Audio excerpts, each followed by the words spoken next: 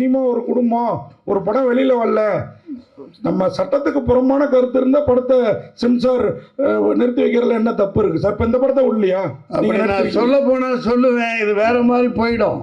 கேரளா பயில்ஸு, காஷ்மீர் பயில்ஸு, இப்போ இந்த வந்துட்டு இருக்க மத ரீதியான அப்பட்டமான பொய்யை சொல்லிக்கிட்டு இந்த நாட்டை நாசம் பண்ணிட்டு இருக்காங்களே, அதெல்லாம் என்ன மயிருக்கு எப்படி வந்துச்சு? எப்படி வந்துச்சு? இவன் என்ன தப்பு பண்ணா? என்ன பேச்சு பேசிட்டு இருக்கீங்க? நான் நியாயத்துக்கு குரல் கொடுக்குறேன்.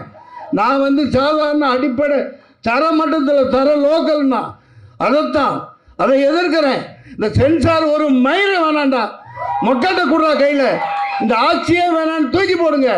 உண்மையானவர் வாங்க, 4 பத்திரிக்கை வாங்க, 4 சொசைட்டியில் அந்த ஒரு மத ரீதியான உண்மையான ஆன்மீகவாதி 2 பேர் உட்காருங்க, சினிமாக்காரன் 4 பேர் உட்காரு, ப்ரொடியூசர் 4 பேர் உட்காரு, லிரிக்ஸ் ரைட்டர், இப்படி ஒரு 20 பேர் டீமை வைங்க.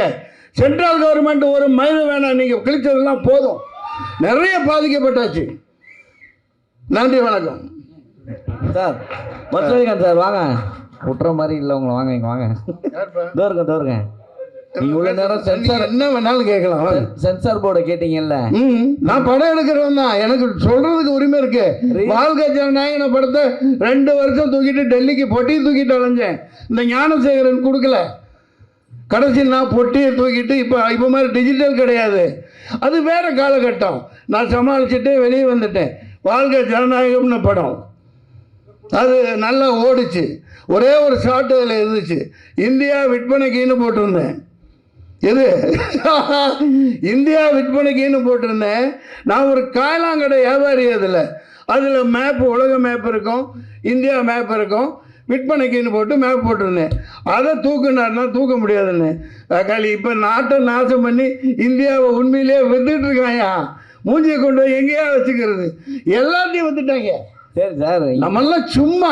சரி சார், படம் வந்துருச்சு. கருப்பு முந்தானே இது பாருங்க, 600 கிலோமீட்டரில் என்ன கங்கா, பெரிய எவ்வளோ பெரிய கிலோமீட்டர், எவ்வளோ பெரிய ரோடு, என்னாச்சு? தூக்கி அதானிக்கு அப்படியே கொடுத்துட்டார். 70% இந்த உனக்கு, இந்த அம்பானிக்கு. என்னடா நாடாடா இது? வித்து திங்கிறாங்க எல்லாம். கேளுங்க ஐயா. இல்லை சார்,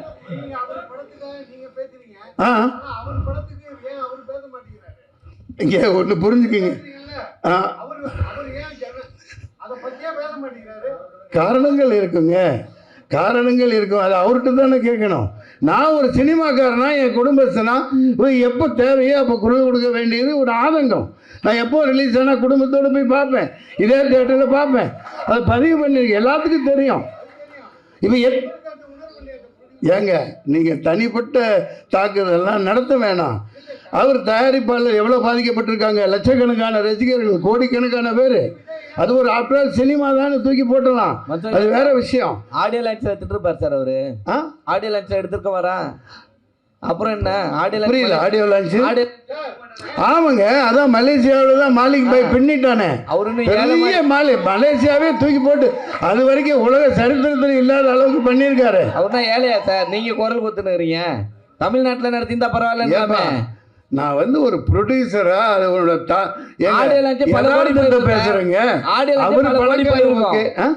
லான்ச் பல கோடி போயிருக்கும். ஆமா, ஏன் தமிழ்நாட்டில் இருக்க மலேசியால போய் வைக்கிறீங்க? என்ன பேசுறீங்க? அமெரிக்காவில் கூட வைப்பாங்க. நம்ம தமிழ் சினிமா எங்கே போயிருக்குது? துபாயில் கூட வைக்கலாம்.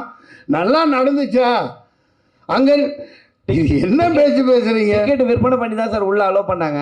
எது? டிக்கெட் வித்து தான் உள்ள. சரி, அதனால உங்களுக்கு என்ன போகுது? நீங்க ஏன் வைத்தறிச்சல் பண்றீங்க? கடைசி வரையும் அதான் வரல. கடைசி வரையும் கஷ்டப்படுறீங்களே. அதான் சின்ன படம். அதாவது வெறுப்பு அரசியல் கூடாது. இல்ல இல்ல, கேளுங்க. நீங்க கேட்டு என்ன கேட்டாலும் நாக்க புடுங்கிட்டு சாவற மாதிரி கேளுங்க. சின்ன படம் தியேட்டருக்கு வரலனா நீங்க கேளுங்க. ரீ ரிலீஸ் கேடிவி மொபைல் எல்லாத்தையும் போட்டாங்கல்ல, திருப்பி ரீ ரிலீஸ்க்கு தியேட்டருக்கு வரீங்க கேட்க வேண்டியதானே? இந்த படத்துக்கு யாரை சொல்றீங்க? என்ன சொல்றீங்க? உங்க தமிழ்நாட்டுல, நம்ம தமிழ்நாட்டுல தான் கேக்குறேன். எந்த படத்தை? எல்லாம் இதோ இப்ப கூட தான் கீழே மங்காத்தா போயிட்டு இருக்கு, கில்லி போயிட்டு இருக்கு. லைனா புது படங்கள் வெளியிடுங்கன்னு சொல்ல வேண்டியதானே? ஏங்க இதெல்லாம் ஒரு விஷயமா? நான் கவுன்சில் இருந்தவன், நானும் தயாரிப்பாளர், நான் 11 படம் எடுத்திருக்கேன். இல்ல சார், தியேட்டர் கிடைக்கல.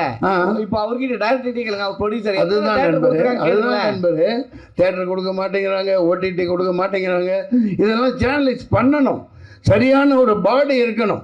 இராணுவம் மாதிரி ஒரு நம்ம தயாரிப்பாளர்கள், ஏன்னா அவங்க தான் கடவுள்கள், அவங்க தான் முதலாளிகள். அதனால் சகோதரர் கேட்டார், நண்பர், பழைய நண்பர் தான் அவர். நான் அவருக்கு வக்காலத்து வாங்குறதுக்கெல்லாம் வரல, ஆதங்கம். அவர் பேச மாட்டேங்கிறாரு, பேச மாட்டேங்கிறார். சார் மன்சூர் சார், அவர் 2000 ரூபா அவர் ரசிகர்களையும் டிக்கெட் வித்து வதைக்கிறாரு. படம் ரிலீஸ் ஆகலன்னா ப்ரொடியூசர்ஸ் ஆகுறாங்க. அவர் பேச மாட்டேங்கிறாரு.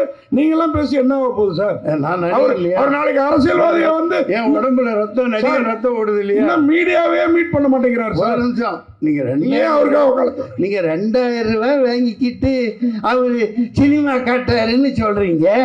அதுக்கு பவர் இருக்குது. வாங்குறவன் வாங்குறான், கொடுக்குறவன் கொடுக்குறான். நீ அதே 9,000 ரூபாய் கொடுத்து ஒட்டு வாங்குறிய, ஒட்டு. அதுக்கு இங்க இருந்து கொடுக்குற, உங்க அப்பா பாட்டன் காசு கொடுக்குற. 5000 ரூபாய் கொடுக்குறிய ஒட்டுக்கு, ஒப்பன் தாத்தா பாட்டன் காசு கொடுக்குற.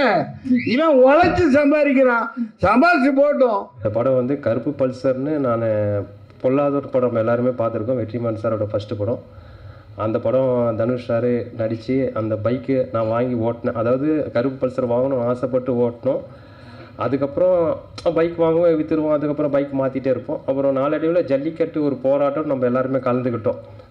அந்த போராட்டம் மெரினால நம்ம நிறைய பேர் கலந்துக்கும் போது நானும் அங்கே போராட்டத்தில் இருந்தேன்.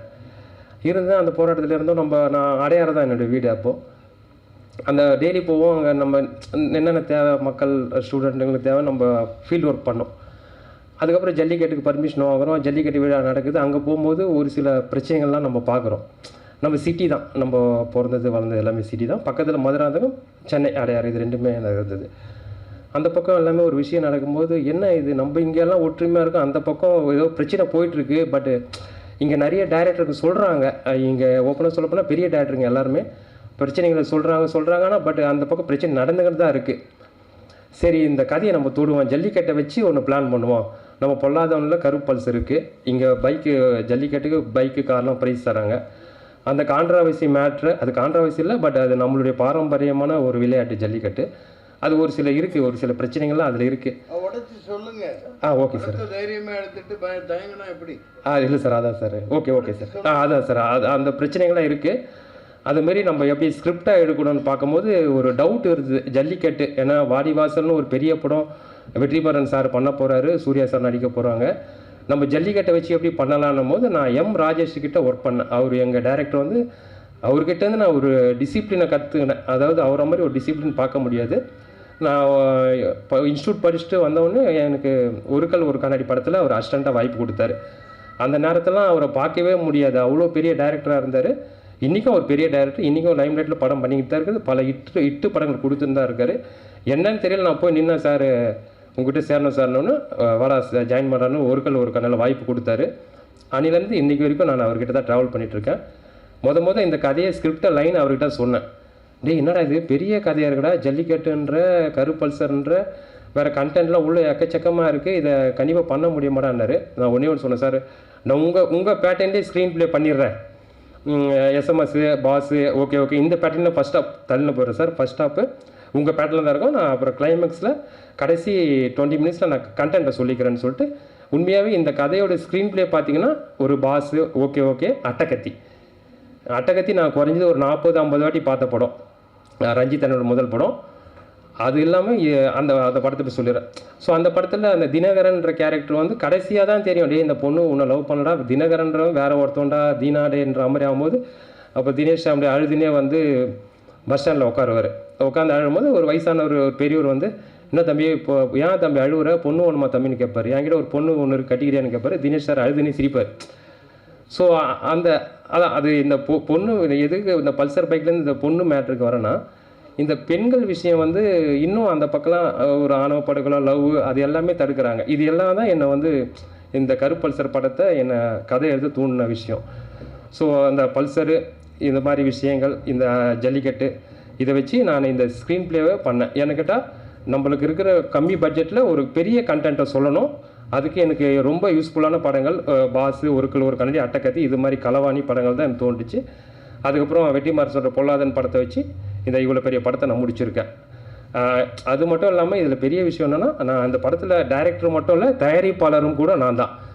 அது பெரிய சவாலான விஷயமா இருந்தது. அது கண்டிப்பாக வந்து அது எப்படி சொல்கிறதுன்னா எங்கள் ஃபேமிலியே இன்றைக்கி ரொம்ப பிரச்சனைலாம் மாட்டிட்டாங்க. தயாரிப்பாளர்னு நான் வேறு வழி இல்லை, நம்ம வந்துட்டோம் ஃபீல்டுக்குள்ளே 15 வருஷமாக ட்ராவல் பண்ணிட்டோம். ஒரு படமாச்சு பண்ணிட்டு தான் நம்ம வீட்டுக்கு போகணும். இது மிலிட்ரியை விட மோசமான இடம் இந்த கோடம்பாக்கம். மிலிட்ரியில் கூட நம்ம ஒரு ரிட்டைர்மெண்ட்டு ஒரு அமௌண்ட் கொடுப்பாங்க, ரிட்டையர்ட் ஆனால் சரக்குலாம் கூட மிலிட்ரியில் கொடுப்பாங்கன்னு வைங்களேன், நம்ம அதை வாங்கிக்கலாம் குடிக்கலாம். ஆனால் அந்த கோடம்பாக்கம் வந்து இன்றைக்கும் என்ன அழிச்சின்னு தான் இருக்காங்க, பட் இன்றைக்கும் என்ன போட்டுன்னு தான் இருக்காங்க. அது ரொம்ப கஷ்டமாக இருக்குது.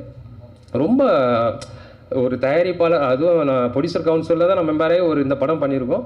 பாவம் எல்லா தயாரிப்பாளரும் இன்றைக்கி அவ்வளோ பிரச்சனை இருக்குது. நீங்கள் பாருங்கள், நான் கண்டென்ட் வந்து ஜல்லிக்கட்டில் இஷ்யூ இருக்குது, லவ்வில் ஒரு இஷ்யூ இருக்குது, இப்போ எங்கள் ஃபீல்ட்லேயும் அவ்வளோ இஷ்யூ இருக்குது. இது எல்லாமே நான் பேசிகிட்டு இருக்கேன். கொஞ்சம் கட் பண்ணி பேசுகிறேன். என்னால் ஓப்பனாக எதுவும் பேச முடியாது. கொஞ்சம் மன்னிக்கணும். அதான் ஒரு கண்டென்ட்டை இவ்வளோ தூரம் நான் முடிக்கணும் சீக்கிரம், அதனால் நான் கட் பண்ணி பேசுகிறேன். ஸோ ப்ரொடியூசர் கவுன்சில்லையும் நம்ம அந்த ப்ரொடியூசரும் காப்பாற்றுங்க, சப்போர்ட் பண்ணுங்கள். கண்டிப்பாக நீங்கள் படம் பார்த்துட்டீங்க, எனக்கு தெரியும். செகண்ட் ஹாஃபு லாஸ்ட்டு ஒரு 30 மினிட்ஸ் எப்படி இந்த படம் இருந்திருக்குன்னு சொல்லிட்டு கண்டிப்பாக என்னை ஓப்பனாக ப்ரெஸ்ஸு அண்டு மக்கள்கிட்ட மீடியா எல்லாருக்கிட்டையும் நண்பர் மாதிரி கேட்குறேன். நம்ம ஒரு தொழிலை நேசித்து வரோம், அந்த தொழிலை ஜெயிக்கணும், இவ்வளோ தான் நம்ம விஷயம். அந்த தொழிலை நம்ம இருக்கணும், மற்றது எதுவுமே நம்மளுக்கு ஆசை இல்லை. எல்லாமே காலங்கள் கடந்து போகிற மாதிரி தான் போயிட்டே இருக்கோம். ஸோ இதுதான் நான் இந்த டைமில் நான் தினேஷ் சாரை பற்றி சொல்லிக்கிறேன். அவர் இன்றைக்கி வரலை, கண்டிப்பாக அவருடைய மனசு இங்கே இருக்கோம், டெய்லியும் டச்சில் தான் இருக்கார். என்னென்னா அவர் வந்து நான் இந்த படத்தை வந்து 25 நாளில் ஷூட்டிங் ஃபுல்லாக முடித்தேன். இவ்வளோ பெரிய படம் நீங்கள் பார்த்துருப்பீங்க. அது காரணம் வந்து தினேஷ் சார் தான். நான் தயாரிப்பாளர்ன்றதுனால எல்லாமே டபுள் கால் ஷீட் தான். 7 மணிக்கு நான் கேமரா வச்சா குறைஞ்சது 2 மணி வரைக்கும் நைட்டு போவோம், இல்லைனா 10 மணி வரைக்கும் போவோம். கண்டிப்பாக மற்ற ஹீரோ நடிப்பாங்களான்னு தெரியல, அந்த அளவுக்கு ஹார்ட் ஒர்க் பண்ணி நடித்து கொடுத்தாரு தினேஷ் சார். தினேஷ் சாருக்கு நான் ரொம்ப நன்றியை தெரிவிச்சுவேன். அவர் இல்லைனா இந்த படத்தை கண்டிப்பாக நான் முடிச்சிருக்க முடியாது. ஃபஸ்ட்டு தினேஷ் சாருக்கு தேங்க்ஸ் சொல்கிறேன். அதுக்கப்புறம் ஃப்ராங்க் ஸ்டார் ராகுல், இந்த படத்தை நீங்கள் பார்த்துருப்பீங்க. ஃபஸ்ட் ஹாஃப்லேருந்து எண்டு வரைக்கும் ஃப்ராங்க் ஸ்டார் ராகுல் ஒரு காமெடி. இன்றைக்கி நம்ம இண்டஸ்ட்ரியில் காமெடியனுங்களே கிடையாது, உங்களுக்கு நல்லாவே தெரியும். நம்ம வேறு காமெடி டைரக்டர்கிட்டேருந்து வந்திருக்கோம். நம்ம காமெடி வச்சு தான், டைலாக்கை வச்சு தான் ஒரு சீனை நம்ம நவுத்தி ஆகணும், வேறு வழியே கிடையாது. நம்ம அவ்வளோ பெரிய பொருள் செலவும் பண்ண முடியாது, நம்ம ரூமாக தான் வச்சு எடுத்தாகணும். ஏன்னா ஒரு நாளைக்கு 5 சீனாச்சு எடுக்கணும், அப்போ தான் அந்த சீனை நம்ம முடிக்க முடியும் 25 நாள். அப்படின்னும் போது இந்த ராகுல், எங்கள் மச்சி ராகுலோட உழைப்பு, அவருடைய டேலண்ட்டு கண்டிப்பாக இந்த படத்தில் வெளிவரும். அதுக்கப்புறம் இவரை காமெடியாக எல்லாருமே எப்படி பண்ணுவாங்கன்னு உங்களுக்கு தெரியாது. 3வது வந்து மன்சூர் அலிகான் சார். இந்த ஸ்கிரிப்ட் பண்ணும் போதே எனக்கு வந்து மன்சூர் சாரோடைய அந்த அவர் லைன் எழுதும் போதே மன்சூர் சார் தான் நடிக்கணுன்ற மாதிரி முடிவு பண்ணிட்டேன். முடிவு பண்ணும்போது நான் சின்ன வயசுலேருந்து அவரை பார்க்கும்போது பயப்படுவேன். ப்ரெஸ் மீடியாலாம் அவர் பேச்சை பார்க்கும்போது எனக்கே ஒரு பயம் இருக்கும். வேறு நம்ம எல்லோரும் பேசுகிறத நம்ம பார்க்கும்போது ஏன்பா அவர்லாம் சொல்கிற பேச்செலாம் கேட்க மாட்டார்ப்பா, அவர் டைரக்டர்லாம் சீன் பேப்பர்லாம் தூக்கி போட்டு அவர் தான் டைலாக் பேசுவார்னு சொல்லுவாங்க. பட் ஆனால் அப்படிலாம் இல்லவே இல்லை. அதாவது மன்சூர் சார் மாதிரிலாம் ஒரு பர்சன் நம்ம பார்க்கவே முடியாது. அதனால தான் அவர் இவ்வளோ காலங்கள் நிற்கிறாரு. அவர் கேப்டனை பார்த்தவர், சூப்பர் ஸ்டார்லாம் பார்த்தவர், அதனால தான் இவ்வளோ காலங்கள் நிற்கிறாரு. கடைசி பாருங்கள், எங்களா மாதிரி எங்கள் ஜென்ரேஷனையும் வாழ வைக்க வந்திருக்காரு சார். அவர் அடுத்த ஜென்ரேஷனை கண்டிப்பாக டாப்பில் தான் இருப்பார். ஆனால் ஒன்று சொல்லுவார், டே என்னை இவ்வளோ வேலை யாருமே வாங்கலடா, அந்த கேரவன்னிக்கும் ஏற்கனவே சொல்லியிருக்கேன், அதை நான் ஏற்ற விட மாட்டேன், கேரவன் பார்க்கறதோடு தான் அவர் வேலையாக இருக்கும், அவ்வளோ வேலை வாங்கியிருப்பேன். என்னை என்கரேஜ் பண்ணி டப்பிங்காக இருக்கட்டும், ஸ்பாட்டாக இருக்கட்டும். ஏன்னா அவரும் அதே தான், 7 மணிக்கு மேக்கப் போட்டு 8 மணிக்கு வந்தாருன்னா 10 மணிக்கு தான் நான் அவரை அனுப்புவேன். ஸோ இது எல்லாமே இந்த ஹார்ட் ஒர்க் எல்லாமே நான் ப்ரொடியூசராக இருந்தனால தான் வந்தது. ஸோ அது ஒரு ப்ரொடியூசரோட வழி தான் இது. மற்றபடி டைரெக்ஷன் நான் எங்கள் டைரக்டர் எம் ராஜேஷ் கிட்டேருந்து கற்றுக்கின விஷயத்தை நான் அப்ளை பண்ணியிருக்கேன். எனக்கு சப்போர்ட் பண்ணுங்கள், ரொம்ப நன்றி. நான் அதாவது டாபிக் எங்கெங்கே போகுது நினச்சிக்காதீங்க, இது எல்லாமே வழி. நான் எதுவுமே யோசிச்சுலாம் வந்து பேசலை, நான் பேச இன்னும் நிறைய இருக்குது. கண்டிப்பாக ஒரு சக்ஸஸ் மீட்டில் மீட் பண்ணுவோம். ரொம்ப நன்றி எல்லாம். Good night. குட் நைட்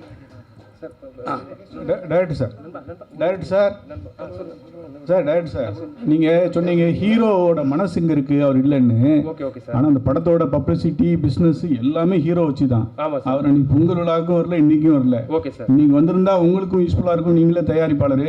இதே மாதிரி அவர் ரஞ்சித் படம் அடுத்த படத்தில் நடிக்கிறாரு, இதே மாதிரி வராமல் இருப்பாரா? ஏன் உங்கள் படத்துக்கு வரல சார்? உண்மையாகவே ஒரு ரஞ்சித் அந்த படத்தில் பிஸியாக தான் சார் இருக்கார். நான் அவர் அதாவது நான் அந்த இது சொல்ல முடியாது, அது பெரிய படங்கள் சார், நான் அதை சொல்ல முடியாது. வேட்டுவம் படத்துக்கு அவர் ஆடியோ லான்ச்சுக்கு வராரு, ப்ரெஸ் மீட்டுக்கு வராருன்னு சொல்ல முடியாது.